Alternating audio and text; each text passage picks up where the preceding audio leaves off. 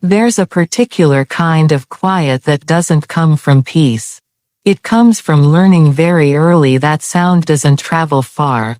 That when you send something outward, it doesn't always come back. So, you learn to keep things closed, tucked in, managed internally. You don't remember deciding to do this. You just remember the feeling of stopping. It starts as a pause, a moment where you consider saying something and then don't. Not because it's dangerous, not because it's forbidden, but because there's a vague sense that it won't land anywhere useful. The pause becomes familiar, comfortable, even silence turns into a default setting. From the outside, this quiet looks impressive, calm, composed. You're the one who doesn't need much. The one who doesn't ask for attention, the one who seems independent beyond your years. People admire this about you. They call you mature, grounded, low maintenance. What they don't see is the constant internal activity. The way thoughts loop inward instead of outward.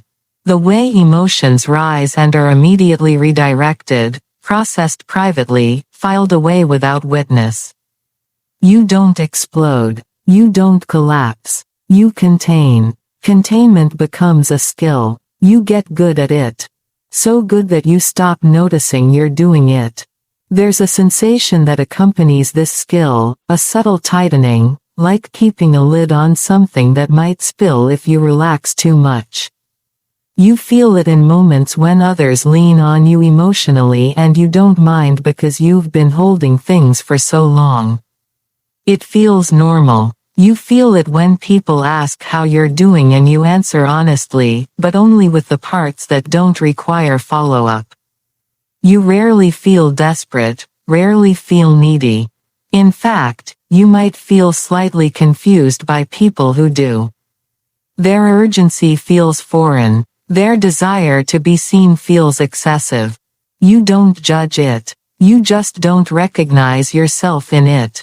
You've learned to be a closed loop. There's a strange comfort in that.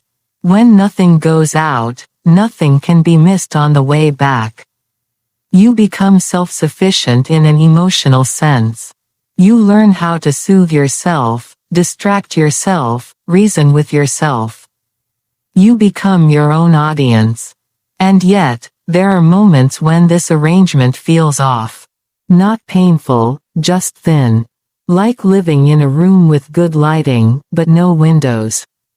Everything functions, but there's a lack of airflow you can't quite name.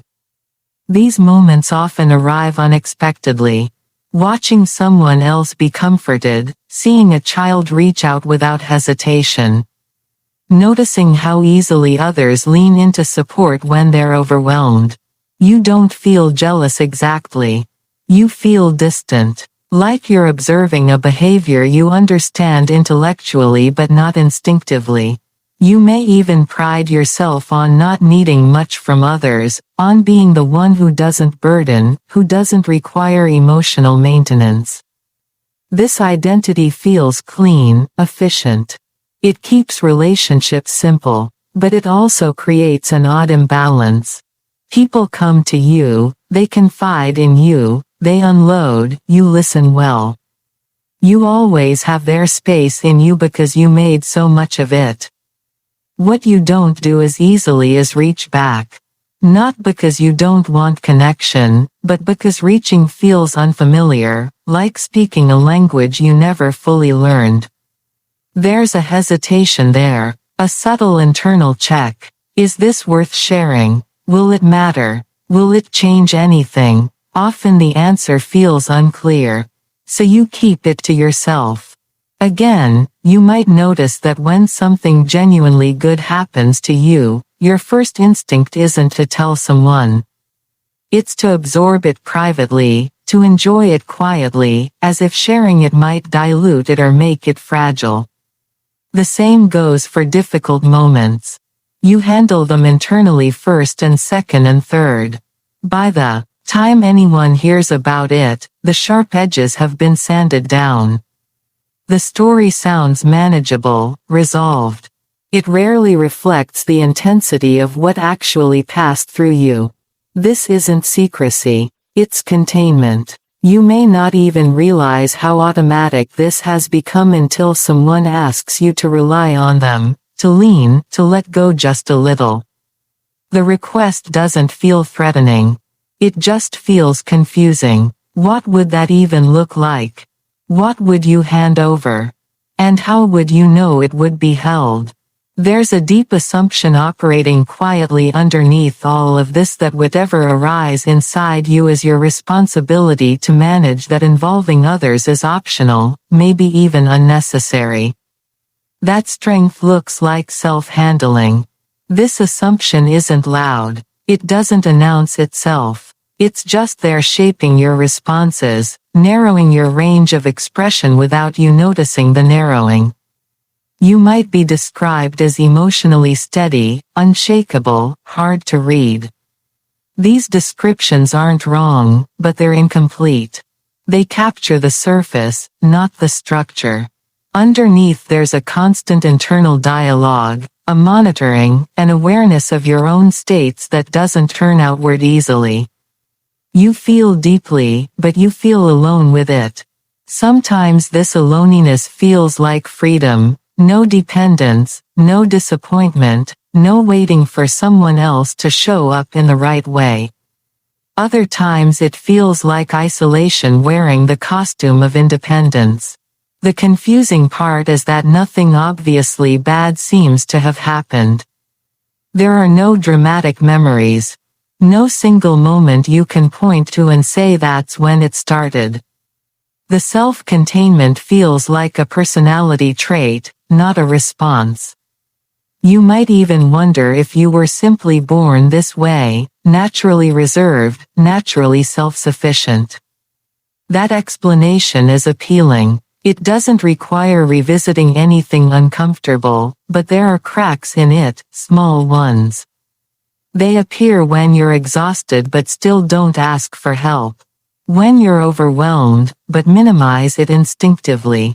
When you feel disconnected in relationships, even though you're present and attentive, they appear in the way you tolerate emotional distance.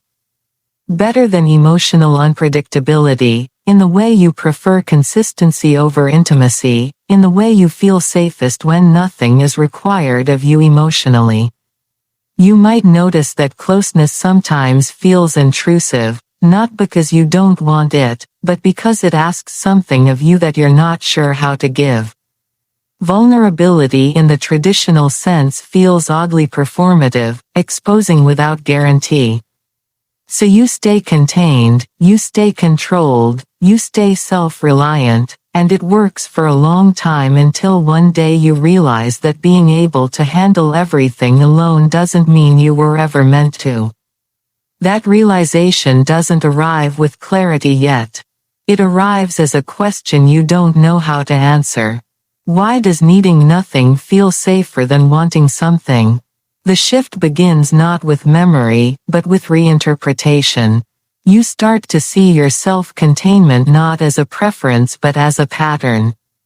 One that formed quietly early without instruction. Here's where the discomfort deepens, because the truth that emerges isn't dramatic. It's subtle, and that subtlety is what makes it unsettling. Emotionally neglected children don't always grow up feeling empty. Many grow up feeling complete on their own. Too complete. Closed systems that learned not to expect resonance. Neglect in this sense isn't about absence of care in the obvious ways. It's about the absence of response, about sending something outward and not receiving it back in a form that mirrors names or holds it. When this happens repeatedly, the lesson isn't "I am unlovable." That lesson is too loud, too obvious. The lesson is quieter. What I feel is something I handle myself. This lesson doesn't feel tragic. It feels practical. So the child adapts. They turn inward. They become self-referential. They learn to regulate their inner world without external calibration. Over time, this becomes identity. As adults, these individuals are often described as extremely self-contained. They don't overshare. They don't collapse. They don't seek reassurance. They don't panic in emotional storms. They look resilient. But this resilience has a cost. The cost is that emotional experience becomes private property, shared selectively, cautiously if at all. Not because of mistrust, but because there was never evidence that sharing made a difference. This is where emotional distance gets misread. Others may interpret your containment as aloofness or detachment or lack of need. But what they're seeing is not a lack of feeling. It's a lack of expectation. You don't expect to be met emotionally. So you don't extend yourself in that direction. You don't weigh it. You don't hope. You don't reach. And because expectation is the bridge between inner and outer worlds, that bridge never fully forms. The unsettling truth is that this adaptation worked. It kept you functional. It kept you composed. It allowed you to grow without obvious breakdowns. But it also limited the range of what you could receive. When you don't expect emotional attunement, you don't notice when it's offered, or if you do, you don't trust it enough to lean into it. You remain self-contained even in safe spaces. This is why some adults who grew up emotionally neglected feel lonelier in close relationships than in solitude. Solitude matches their internal structure. Closeness asks them to externalize something they've spent a lifetime internalizing. The shutdown you feel in moments of emotional demand isn't a flaw. It's an old strategy surfacing in new contexts. You learned early that staying self-contained was safer than reaching outward without response. That lesson doesn't disappear just because circumstances change.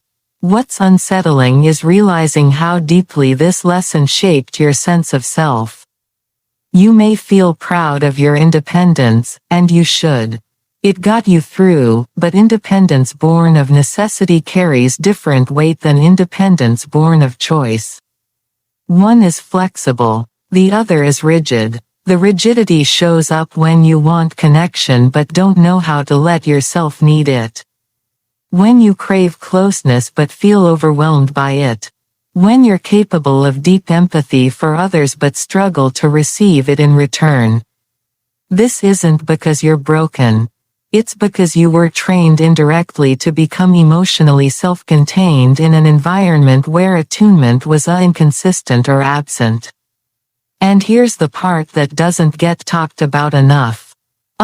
This adaptation often goes unnoticed because it doesn't cause visible dysfunction.